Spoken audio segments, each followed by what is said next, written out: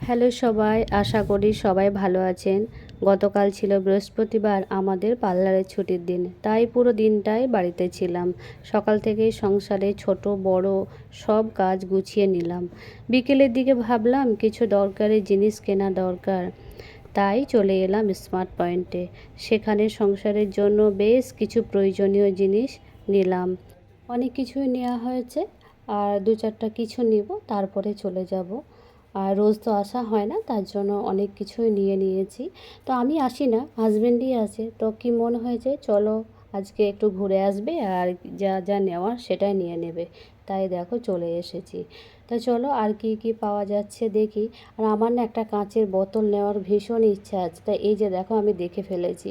তা চলো দুটো কাঁচের বোতল নিয়ে নিই। আমাকে কাঁচের বোতলে না জল খেতে বলেছে, সেই জন্য খোঁজাখুঁজি করেছি কিন্তু পাইনি, তা আমার চোখে পড়ে গেছে বুঝলে। তা চলো দুটো বোতল নিয়ে নিই। তা হাজব্যান্ডকে ডেকে নিয়ে এলাম, দেখো দেখছে। তো আমরা দুটো বোতল নিয়ে নিয়েছি, চলো আর কিছু অল্প কিছু নেব, তারপরে চলে যাব বিল করতে। তো এই যে দেখো একটা ভিম বার সাবানও নিয়ে নিলাম। চলো দেখি আর কি প্রয়োজন আছে সেটা কিনে।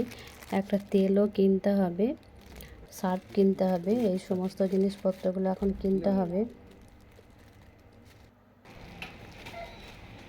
তো এদিকে আমরা সমস্ত কেনাকাটা করে এখন আমরা বিল করতে চলে এসেছি। বিল হয়ে গেলেই আমরা এখন চলে যাব।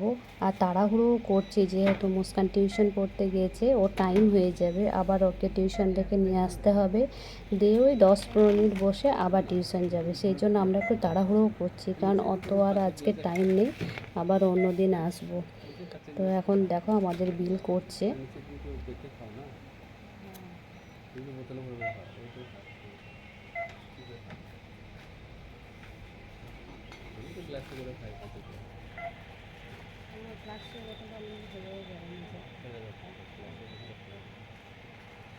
কেনাকাটা শেষ করে নিজের জন্য সময় বের করলাম, অনেক দিন পর চলে এলাম মোমো খেতে।